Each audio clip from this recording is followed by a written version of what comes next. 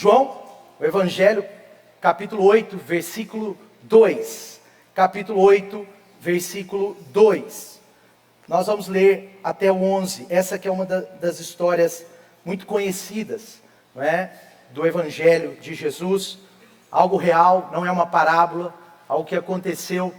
E o lugar que aconteceu nos deixa assustado, mas aconteceu ali no templo, né? Mas vamos lá, versículo 2, acompanhe comigo nas nossas telas, ou na sua Bíblia aí, né? Fique atento ao que Deus quer falar com você.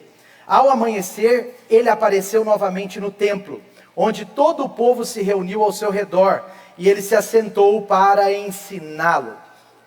Versículo 3, os mestres da lei e os fariseus trouxeram-lhe então uma mulher que foi pega em adultério, foi flagrada em adultério. Imagina a cena, imagina a situação.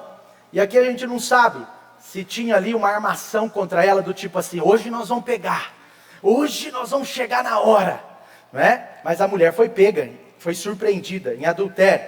Fizeram-na ficar de pé diante de todos. Gente, isso está acontecendo dentro da igreja, dentro do templo. Obrigado, cara. Quer ser meu segurança? Está aprovado. Voltando. E isso estava acontecendo dentro do templo. Olha que coisa, dentro do templo. Isso chama atenção.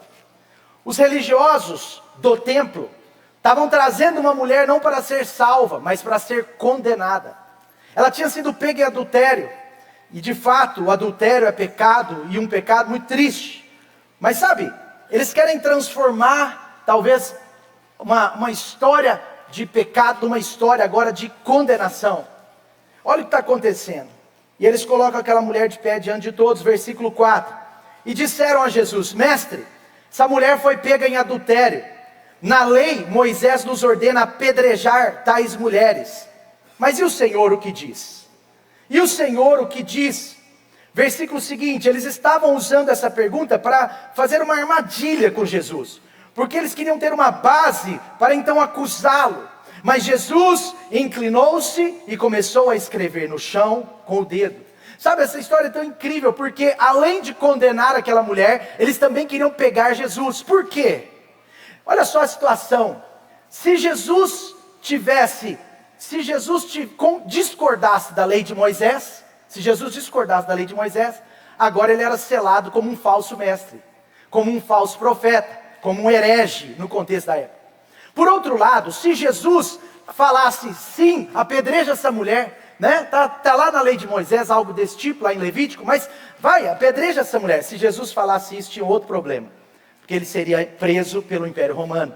Porque o Império Romano não permitia certas coisas da lei ser cumpridas. Então, por exemplo, eles não poderiam apedrejá-la segundo a lei do Império Romano. Eles não podiam matar essa mulher, eles seriam assassinos. Então Jesus, em outras palavras, estaria autorizando um assassinato.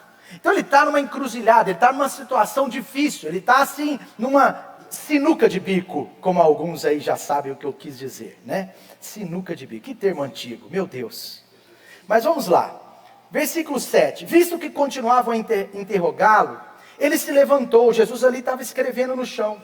Se algum de vocês estiver sem pecado, seja o primeiro a atirar pedra nela. Olha, tem alguém nesse auditório que não tem pecado? Então pegue a pedra e vem cá que você vai poder atirar. Mas se você tem pecados, tem algum pecado da sua vida, você pode não ter adultério, mas talvez você está fazendo fofoca. Você pode não ter adultério, mas você pode talvez estar com o coração duro.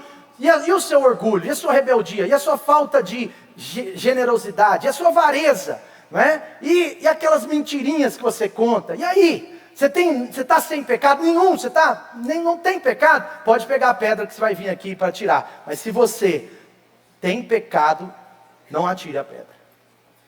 E agora Jesus muda toda a atmosfera daquele lugar, toda a circunstância.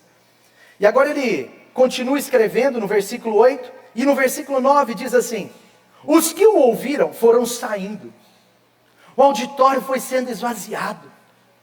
O auditório que ouviu de Jesus, se você não tem pecado, pode ficar e atira a pedra. Se você não tem pecado, você pode ir contra essa mulher, ir contra a vida dela, está autorizado. Mas eles foram saindo um de cada vez, inclusive começando pelos mais velhos. Jesus agora fica de pé, e ele está sozinho com aquela mulher, fica só ele e ela, e Jesus se coloca de pé e agora diz para ela: mulher, aonde estão os seus acusadores? Cadê eles? Olha, não tem ninguém aqui mais, não tem ninguém mais aqui, ninguém está te acusando, ninguém está te condenando. E no versículo 11 o Senhor disse assim: eu também não a condeno, agora vá e abandone a sua vida de pecado. Agora vai e não peques mais. Amém? Hoje é um dia da gente celebrar a redenção. O que é a redenção? Redenção é como você comprar algo, é como você, vamos dizer assim, comprar algo de volta, algo que foi perdido. Conta-se que um fazendeiro tinha um passarinho maravilhoso que ele adorava, vivia solto na sua fazenda. Era um passarinho azul. E um dia esse fazendeiro foi procurar o passarinho azul para dar comida matinal, e ele tinha sumido. Sumiu o passarinho azul. Toda a fazenda ficou triste. Aquele grande fazendeiro, muito cheio de dinheiro, tinha todas as coisas, mas amava aquele passarinho. E agora, alguns meses depois, ele está passando na rua do centro da cidade, e ele olha dentro de uma loja de animais, que vendia animais, viveiros de animais, e ele vê aquele passarinho azul. Era exatamente ele. O passarinho azul também o reconheceu, começou a fazer um barulhinho e olhar para aquele vidro, e ele entra dentro da loja e fala assim: quanto que é esse passarinho? O moço falou assim: olha, esse passarinho aqui é uma raridade. Ele é uma raridade, ele foi encontrado por um dos nossos funcionários e se tornou nosso patrimônio. E ele disse: mas esse passarinho é meu. Aí o moço falou assim: mas agora ele foi preso, ele está preso conosco, agora ele é nosso. Não, mas ele é meu. Não, então você vai ter que pagar, você vai ter que comprar. Quanto que custa? 100 mil reais. Ele pegou o dinheiro na hora, ele mandou um mega pix de 100 mil reais. Já recebeu um? Compre um passarinho azul. Não, estou brincando. Mas sabe, ele manda aquele mega pix de 1.000 reais, e sabe o que acontece? Ele compra o próprio passarinho de volta. Isso é redenção. Quantos estão entendendo? Redenção é o que Jesus fez por nós. Sabe, é sobre restaurar o que estava condenado, confiscado.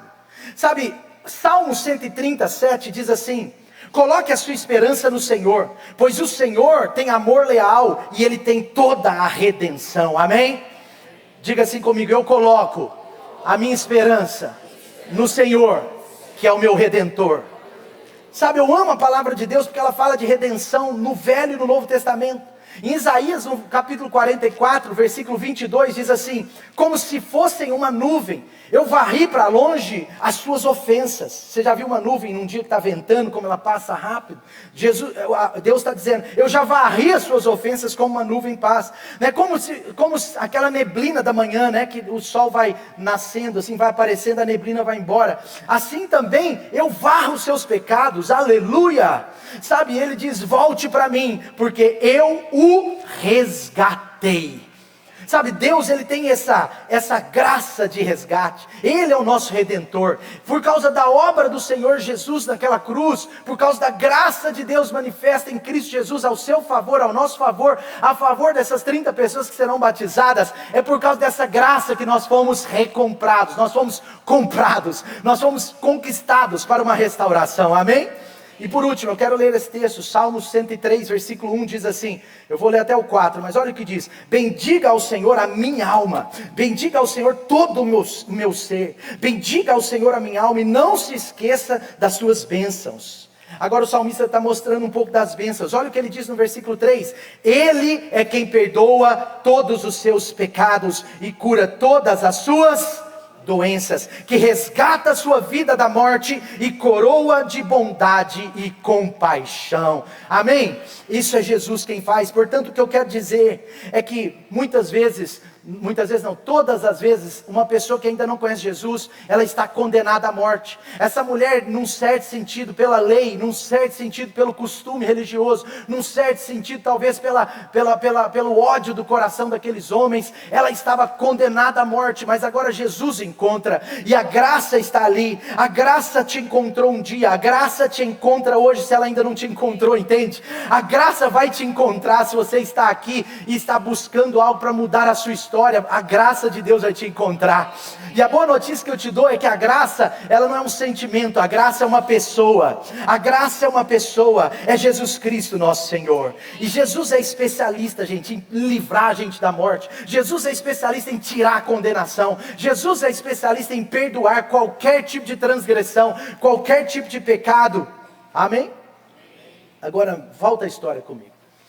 A psicologia, aliás, antes de voltar na história, mas já vou conectar a história. A psicologia, ela tem um estudo profundo sobre um comportamento humano, que a psicologia chama de autoconfiança ou confiança moral.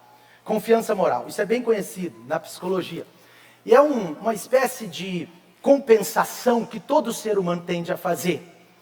E eu vou falar que alguns psicólogos até chamam de doença emocional, mas eu vou falar sobre esse comportamento emocional e alguns de vocês vão se identificar. Quem não se identificar, pode ir embora. Não, estou brincando. Não, mas eu acho que quase todo mundo vai se identificar. Mas já aconteceu com você? Você chegar num almoço, você está querendo emagrecer, igual eu que estou quase morrendo para isso? Ô gente, uma vida sem coxinha é sem graça. Eu estou experimentando essa sem graceza. Mas preste atenção, sabe de uma coisa? Já aconteceu com você de você estar querendo emagrecer, perder uns quilinhos ou muitos quilos, e agora você está feliz, firme na salada, e aí você come aquela salada na hora do almoço com aquele filé de frango grelhado, né? Só com não é aquela coisa daquele bife empanado com queijo, presunto, aquela coisa gostosa não. É aquele bife seco, peito de frango, só grelhado, sabe o que eu estou falando, sim ou não? E já aconteceu de você comer aquela salada, encher de salada, e aí você fica todo feliz se achando, sim ou não? Eu já fiz isso muitas vezes. Aí a gente fica se achando. Aí o que acontece? A gente fica se achando. Aí chega no jantar, a gente come uma pizza. Por quê? Porque a gente está se achando do almoço. Esse almoço foi tão bom para mim. Eu tenho tanto crédito com esse almoço que eu posso jantar uma pizza. Ou pior, já aconteceu que você no almoço você comia muita salada, aí de repente vem aquela sobremesa do inimigo, aquele pavê. E aí você fala, eu posso comer esse pavê à vontade, que eu comi só salada. Já aconteceu com você, sim ou não? É igual aqueles que malham para comer. Já viu o gordinho? Malho para comer. Já viu ou não? O Rios, nunca viu? Né? É igual ele, igual eu de vez em quando, né? Ah, hoje eu vou malhar porque à noite tem célula. Tem coxinha na célula, então eu tenho que malhar. Quantos estão entendendo o que estou falando? Sabe, isso a psicologia estuda esse comportamento humano. Esse comportamento também se dá com pessoas que às vezes querem compensar uma maldade do seu coração fazendo caridade. É um comportamento humano. Então a pessoa faz uma caridade, faz uma coisa muito boa, e por causa disso, ela acha que tem direitos de fazer coisas ruins. Sabe, a pessoa lá no trabalho, ela ajuda um estagiário, ajuda alguém abaixo dela, ela exerce misericórdia. Então por causa disso, ela se acha no direito de ser rebelde com seu chefe, entende? Quantos estão entendendo? Isso daí é a tal da a licença moral, né? Eu não me lembro o nome exato, mas acho que é isso, licença moral ou autolicença, autoconfiança, alguma coisa assim. Mas o que eu quero dizer para você, sabe o que estava acontecendo nesse texto? Estava acontecendo mais ou menos isso. E esse é um problema do espírito da religiosidade. O espírito da religiosidade, muitas vezes, faz com que nós esqueçamos daquilo que nós recebemos e nos abastecemos do que recebemos, mas não queremos derramar sobre outro. Sabe, é como estava acontecendo aqui. Esses religiosos, de alguma forma, estavam dentro do templo, mas não estavam nem aí com quem estava lá fora. Esses religiosos, na verdade, eles trazem uma mulher adúltera para expor ela no templo. Eles não queriam restaurá-la, eles queriam condená-la. E isso é uma coisa que nós temos que tomar muito cuidado. Se tem irmãos, se tem pessoas sendo batizadas aqui, é porque nós temos aprendido a ser uma igreja aberta, uma igreja com os olhos para fora, uma igreja que tem misericórdia, que tem graça, que tem compaixão. Porque não adianta queremos viver a missão do Evangelho se a graça e a misericórdia do Cristo do Evangelho. Jesus, ele veio, a palavra de Deus diz que Jesus veio para quê? Qual foi a missão de Jesus? Jesus veio para quê? Para salvar o perdido, para restaurar o perdido, para mudar a história das pessoas. E na vida espiritual é assim também. Às vezes a gente, só por estarmos fazendo um exercício espiritual, só por estarmos nos alimentando espiritualmente, a gente se acha já pronto e desconexo de fazer isso para outra pessoa. É igual um dia, eu fiz isso um dia, eu fiquei chateado comigo. Eu estava atrasado no trânsito, eu dei uma seta, fui enfiando o carro, entrei na frente do cara. dei um jeito. Você sabe como é, quando você está atrasado. E eu entrei. E eu estava lá para virar à direita. E nisso vem um carro e dá seta e começa a vir na minha frente. E eu falei assim, idiota. Mas primeiro eu fui o idiota. Porque alguém teve graça sobre mim. Alguém teve misericórdia e deixou eu entrar. Mas agora, 1 minuto depois, eu não queria ser misericordioso com aquele motorista. Eu não queria. Já aconteceu com você? Sim ou não? Já viu isso? Sim. E esse é o nosso problema. Esse é o nosso desafio. Sabe o que eu quero dizer com isso? É o primeiro ponto para o seu coração nessa manhã. O que eu quero dizer com isso é que a graça que nos salvou agora está nas nossas vidas para a gente salvar outros. Se nós fomos perdoados pela graça, a gente precisa aprender a perdoar. Se nós estamos sendo transformados no nosso caráter, a gente precisa ter tolerância, misericórdia e ajudar as pessoas que estão em processo de transformação atrás de nós. Se um dia a gente foi os adúlteros como essa mulher e alguém teve misericórdia de nós, nos amou mesmo assim, nós precisamos amar as pessoas que são ainda adúlteras num certo aspecto. Nós não somos chamados para condenação, nós somos chamados para libertação, porque Jesus veio para libertar. Jesus veio para libertar. Ele disse, eu não vim para condenar o mundo, pelo contrário, eu vim para salvar o mundo. Então, nós temos que ter esse cuidado. Sabe por quê? Porque às vezes nós amamos a graça de Deus. Nós recebemos a graça, nós recebemos misericórdia. Sabe, graça é aquilo que você recebe, que você não merece. E misericórdia é aquilo que te livra do que talvez você merece, ou mereceria. E sabe, elas andam muito juntas no Evangelho. Agora muitas vezes a gente pensa assim, não, alguns merecem a graça, outros não. Olha, aquele vizinho meu merece a graça. Olha, aquele outro vizinho não merece a graça.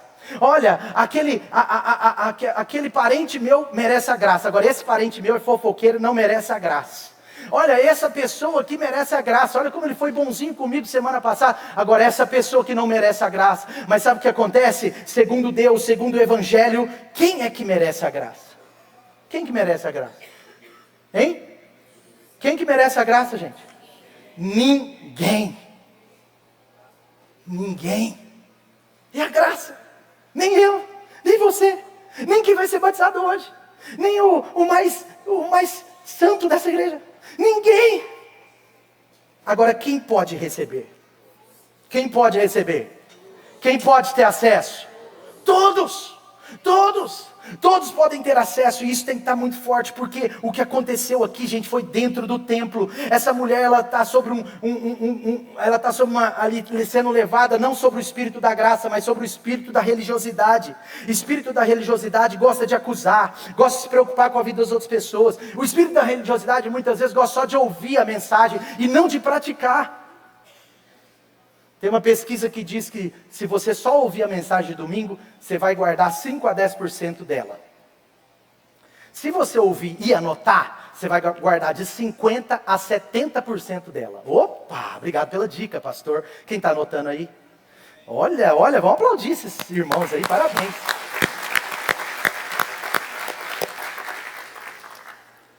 Quase 300, 400 que não anotaram. Mas, não, eu falei errado, gente, falei errado. Presta atenção. Quem anota a mensagem vai conseguir guardar de 20 a 30%. Desculpa, falei errado.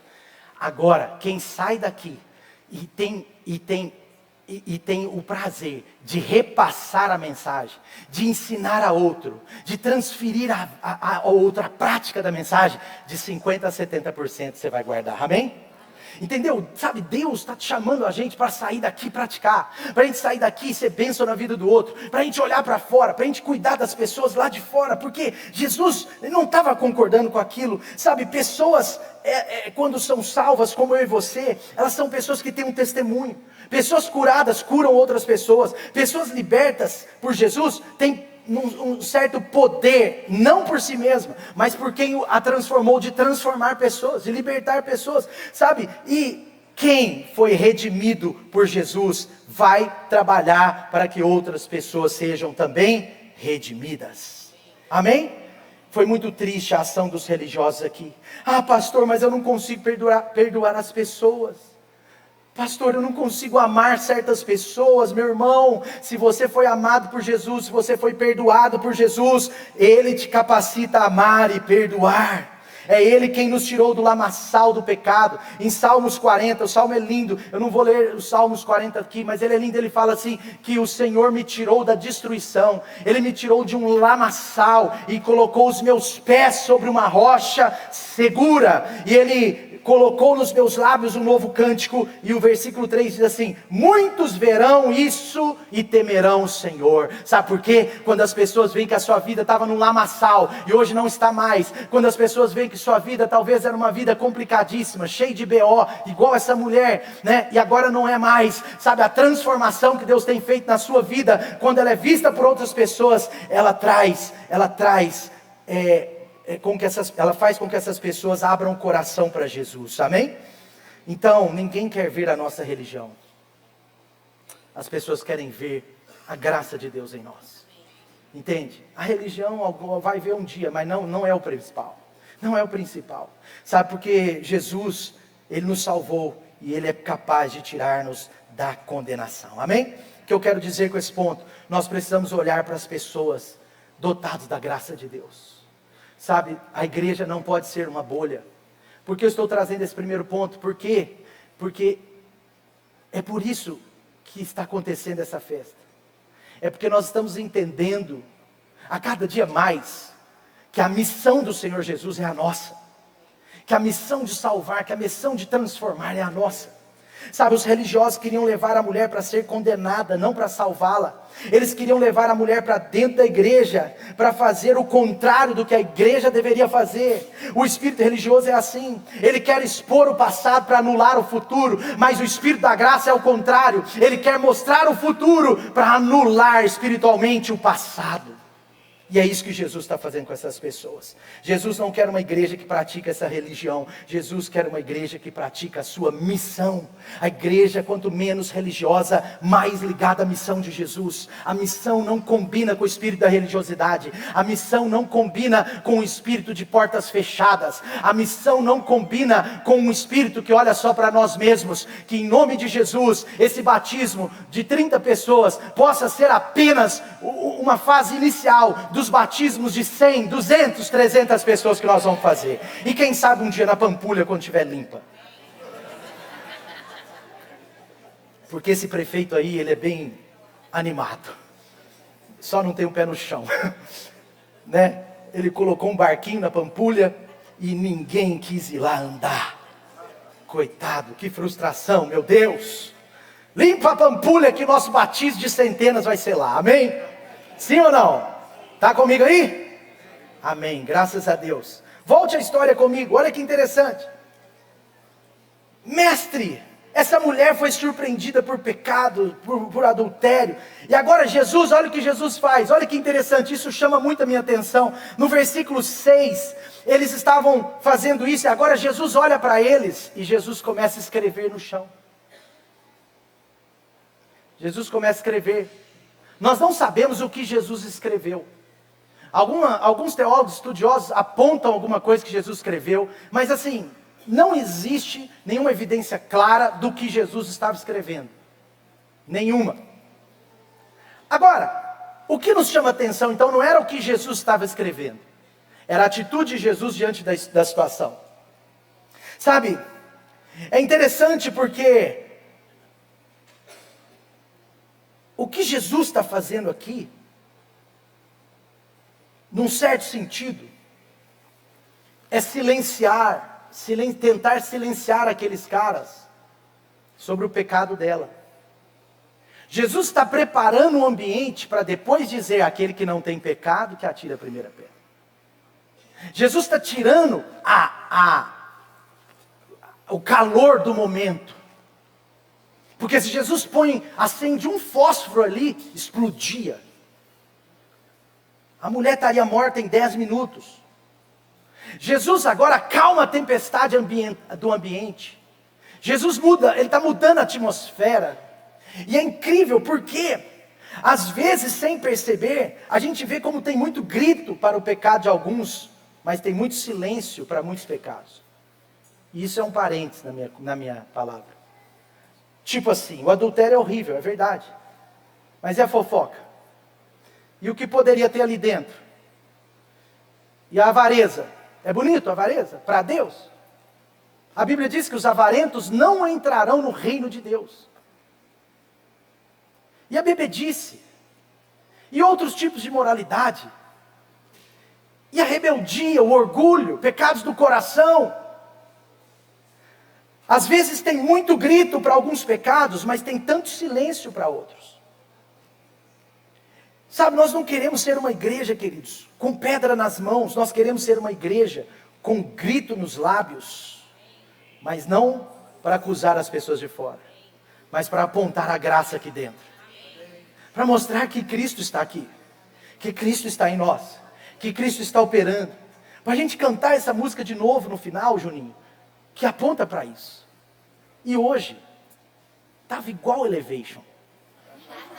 Eu já fui lá, eu posso dizer.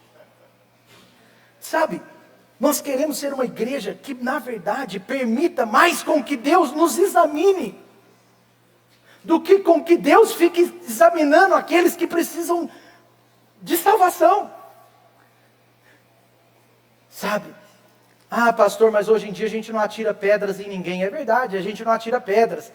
Mas a gente pode atirar comentários. A gente pode atirar a setinha. Olha aí, mais um que caiu.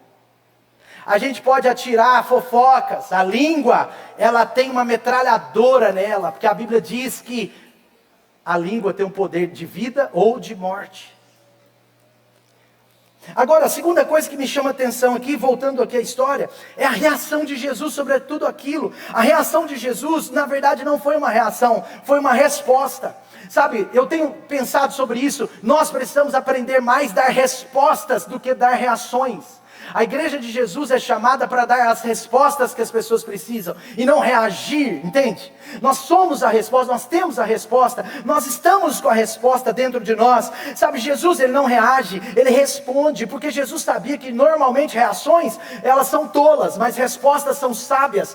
Reações nem sempre mudam o outro, mas respostas transformam a vida dos outros. Pastor, o que você está querendo dizer? Eu estou querendo dizer que os nossos frutos respondem por nós. Eu estou querendo dizer que o nosso amor pelo outro respondem por nós. Eu quero dizer que nossa graça sobre as pessoas que ainda não conseguem, que ainda não tem revelação de quem Jesus é, não tem revelação do Evangelho, a graça que está em nós quando é transmitida ao outro, isso muda tudo. O nosso tempo dado às pessoas, nossos presentes, o nosso amor, os nossos convites, o nosso aproximar, isso muda tudo. E são respostas de Deus. Deus não quer uma igreja que fica reagindo, fica gritando, que vira um movimento religioso feio. Deus quer uma igreja que ame, que esteja dentro da casa do outro, que esteja conectada ao coração do outro. É assim que nós vamos vencer. Amém ou não? Sabe por quê, gente? Pega um médico ético.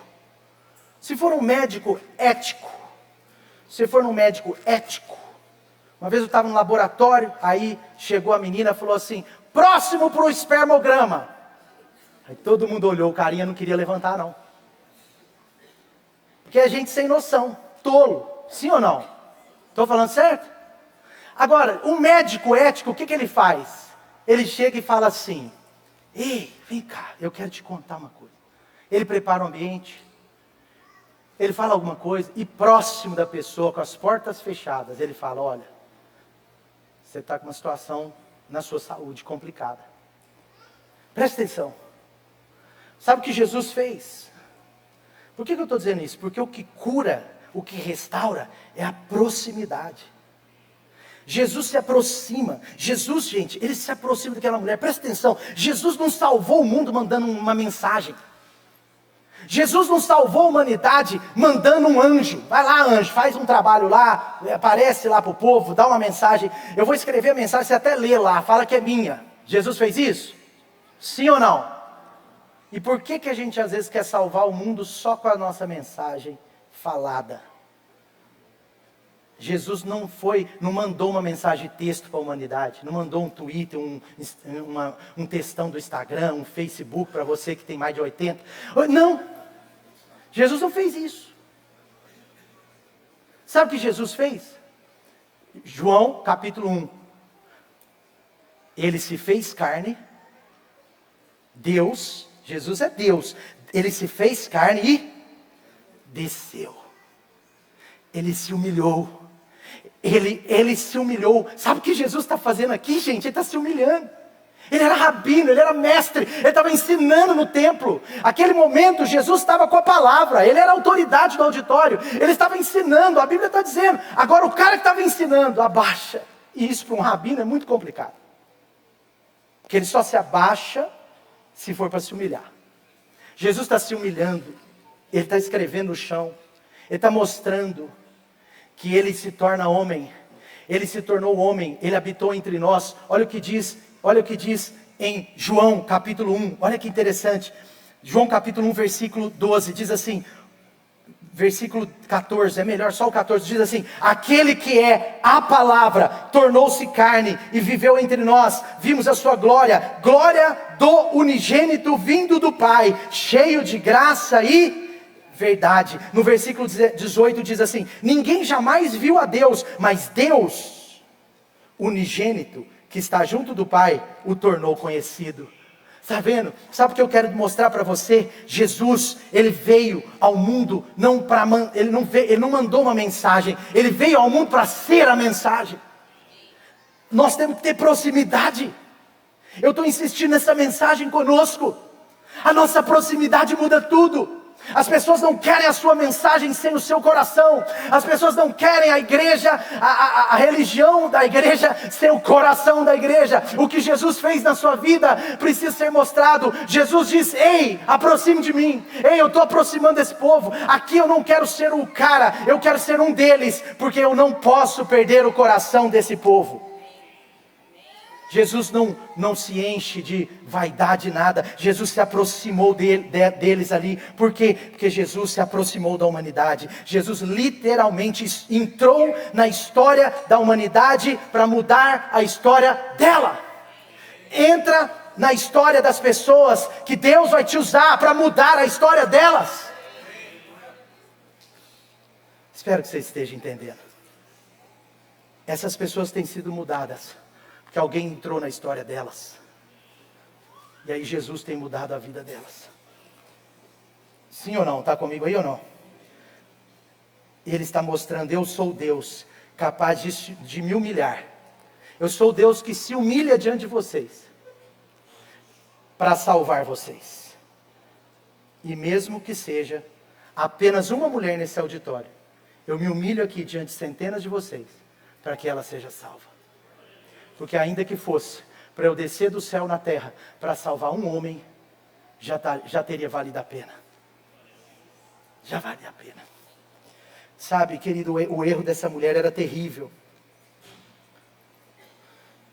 Mas sabe, Jesus está dizendo: não importa. Porque todo mundo aqui teve um erro. Uns mais, outros menos. Todo mundo aqui tem uma história de pecado também para contar. Todo mundo aqui tem um passado. Eu sou capaz de me humilhar para livrar essa mulher da condenação. Eu desci dos céus, eu me tornei homem por amor a vocês. Tudo isso para que vocês não morram, mas recebam a vida eterna. Eu sou o Deus. Em outras palavras, Jesus está dizendo assim, presta atenção nisso, você tem que entender isso com revelação. Mas Jesus está dizendo assim: eu sou o Deus que me envolve com seus erros para transformá-los. Eu sou o Deus que me envolvo com pecadores para mudar a realidade. Ei, você lembra aquele dia, Pedro? Eu fui lá na casa de Zaqueu. Eu que quase fui apedrejado. Eu que quase fui rechaçado. Eu entrei na casa de Zaqueu, Pedro. Você está lembrando, Pedro? Eu acho que esse auditório esqueceu que não é só sobre uma mulher adúltera, é sobre um homem que provavelmente cobrava errado os impostos. Sabe, eu também sentei com Nicodemos, há poucos capítulos atrás, Pedro, em João 3, eu estava sentado com Nicodemos, um religioso que não conseguia ter revelação de quem eu era. Eu sentei com ele várias noites, e sabe, Pedro, ele tinha vergonha de mim durante o dia. Ele não era muito legal comigo, não. Agora, quando estava só eu e ele era uma manteiga. Sabe, Pedro, eu não estou aqui nessa terra para me isolar. Eu estou aqui nessa terra para misturar. Eu sou o sal da terra. E sabe, Pedro, o que eu quero dizer? Vocês também são sal da terra. Viu, Mateus? Você escreve aí em Mateus 5, vocês são sal da terra. Mateus, vamos, escreva. Mateus, vocês são sal da terra. Vocês têm que estar lá no Zaqueu, vocês têm que estar com Nicodemo, vocês têm que estar no meio desse povo. Porque vocês têm o que o mundo não tem. Eu sou o Deus que se envolve com a sua vida para te dar a vida eterna. Eu sou o Deus que se envolve com as suas dores para te curar. Eu sou o Deus que se envolve com os seus gaps de caráter para transformar o seu caráter. Eu sou o Deus que se envolve com a sua tristeza para te dar alegria. Eu sou o Deus que se envolve com a doença que for para te dar cura nessa manhã. Esse é Jesus, o nosso Senhor. Amém?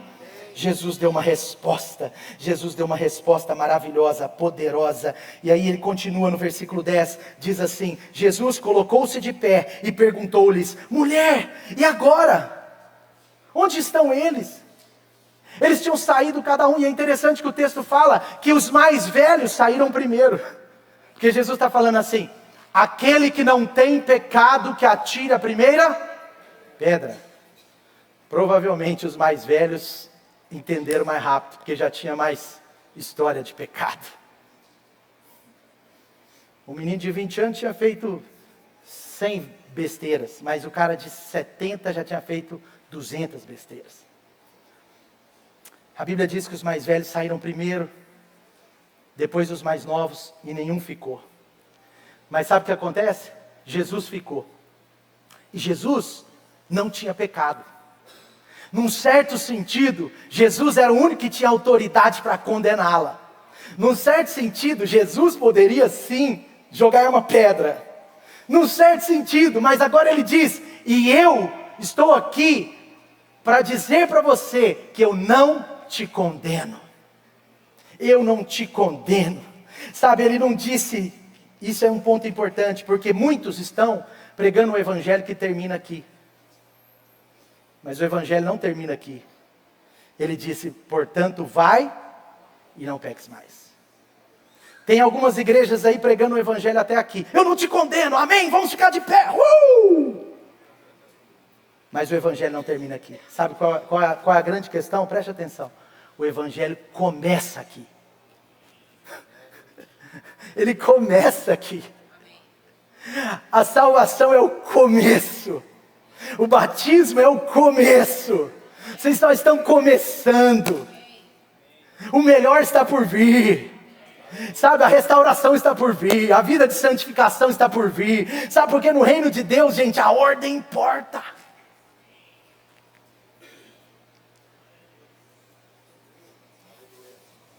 E é interessante, por que eu queria destacar isso?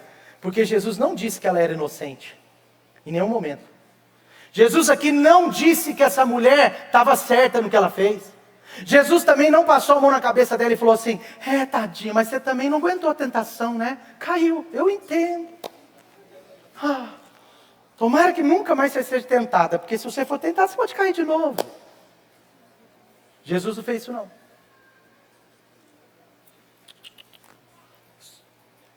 Jesus, ele não disse, está vendo, essa mulher, gente, ela é inocente. Não, Jesus não está falando da inocência dela. Jesus estava apontando que apesar do que ela fez, a graça era suficiente para tirar toda a condenação. Ele não defendeu o que ela tinha feito. Sabe, ele disse: eu não te condeno. E agora é interessante porque ele continua, ele fala: e agora pare de pecar. Deixa eu te ajudar numa coisa, mulher. Agora você é salvo, então agora você vai viver sem pecado. Agora você é salvo, então agora você vai ter santidade. Sabe, Jesus, ele está incrivelmente aqui, dando uma aula da graça para nós também. Essa também não é só uma história de perdão, não é só uma história de eliminação do peso do pecado passado. Essa é uma história de mostrar para nós o processo de Deus rumo ao nosso futuro. Alguns, queridos, tentam inverter a ordem, mas antes da transformação, há o perdão dos pecados. se a gente quiser ficar transformando gente que não foi perdoado, se a gente quiser transformar pessoas que não foram redimidas, se a gente quiser transformar gente que não foi salva, a gente está fazendo uma obra de tolo. A sabedoria, ela trata com a ordem, e a ordem é: eu sou salvo e agora eu vou ser santo, eu vou me santificando, Deus vai santificando minha vida, eu vou tendo a minha vida transformada. Até quando, pastor? Até o último dia da nossa vida na terra. Até o último dia. Porque alguns tentam mudar a ordem e dá tudo errado. Olha, dá um jeito nessa área da sua vida aí que está bagunçada, que depois eu vou me aproximar de você. Olha, dá um jeito nessa... Ó, mulher, para de adulterar e domingo que vem você volta. Se você parar de adulterar e domingo que vem ou ano que vem você voltar, eu quero ter uma conversa com você. Jesus fez isso? Sim ou não? Sim ou não? Claro que não! Claro que não! Ah, resolve essa questão aí que depois eu entro na sua vida. Não, não é assim. O evangelho bíblico não é assim. Sabe, não depende do nosso esforço, não depende da nossa santificação para a salvação, não depende da nossa força de vontade. Não, a Bíblia é clara. Cristo nos amou primeiro. Deus nos amou primeiro. A obra da cruz já foi feita por você, por mim, 2000 anos atrás. E na verdade ela nasceu na eternidade. Então ela já está feita há muito tempo. Deus te amou primeiro. Então Jesus se aproxima dela, tira a condenação dela, e a graça de Jesus, ela vai tornando aquela mulher, que era uma simples mulher, agora uma filha do Senhor, e ela vai recebendo ali uma nova vida. Eu não te condeno, mas vai e não peques mais. Você está sendo transformada. Agora que você crê em mim, você pode abandonar sua vida de pecado. Agora que você crê em mim, a minha graça vai te fortalecer para você vencer as tentações. Agora que você crê em mim, a minha palavra vai mudar a sua vida. Agora eu estou tirando você do domínio do império das trevas e te colocando no reino da luz. Sabe, agora eu estou transformando você. Por isso que agora eu posso dizer para você: vai e não peques mais, porque toda a condenação se foi. Jesus não estava passando a mão na cabeça dela, mas ele estava, através do evangelho completo, transformando a história daquela mulher. O evangelho transforma a nossa vida para sempre. O evangelho não é uma experiência de um dia atípico, de um dia extraordinário apenas. O evangelho é a experiência de uma vida com Jesus, dia após dia. Dia após dia.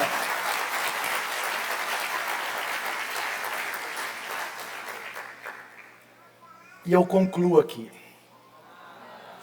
No Evangelho de Jesus, salvação e santificação andam juntos. Se está faltando muita santificação, você tem que ver se o Evangelho entrou mesmo. E a vida de vocês vai ser assim. Cada dia mais, vocês serão santificados por Deus. Amém. E eu não sei explicar isso. Nós não somos uma igreja que fica pregando regras. Mas as pessoas contam tantos testemunhos. Tantos testemunhos. Uma pessoa chegou para mim e falou: pastor, eu bebia tanto. E eu batizei. Depois que eu batizei, eu não sei explicar, pastor. Eu parei de beber tanto. Comecei a beber pouco. Eu falei: e aí, parou aí? Não, pastor, agora eu não tenho graça mais. Eu não estou bebendo mais. Eu falei: mas quem te falou para não beber mais? Ele falou assim: sei lá. Foi alguma coisa que eu acho que é um Deus insistente. É o Deus que está aqui dentro. Eu falei: foi Ele, foi o Espírito Santo, foi a graça de Deus. Porque o pecado não tem domínio mais sobre nós. Aí outro dia eu conversando com um jovem, ele falou assim: ô pastor, eu era da pá virada. Eu falei: me explica melhor. Aí ele falou assim: não tenho coragem. Aí eu falei: cara, mas e aí, cara, como que está a sua vida hoje? Ele falou: pastor, nada mais, aquilo ali é velha vida, pastor. Velha vida demais. Minha vida agora é diferente, pastor. Eu até fiquei mais bonito. Era um menino, né? Eu não podia falar: ah, é verdade. Mas ele falou: eu até fiquei mais bonito. Eu sinto mais jovem. Minha mãe e meu pai me elogiam todo dia. Fala: filho, assim que é bom. Assim que é bom. Eu falei: quem fez isso com você? Ele falou assim: só pode ter sido a graça de Deus. Tá entendendo? Amém? Por isso que a gente fala: batiza, porque se você crê, você pode ser batizado. E se você é batizado, meu irmão, você está entregando a velha vida sob a graça de Deus. Davi chegou aqui e falou assim, o que é isso? A gente falou, filho, é a piscina do batismo. Aí ele olhou e falou assim, não é, mamãe, é uma caixa d'água.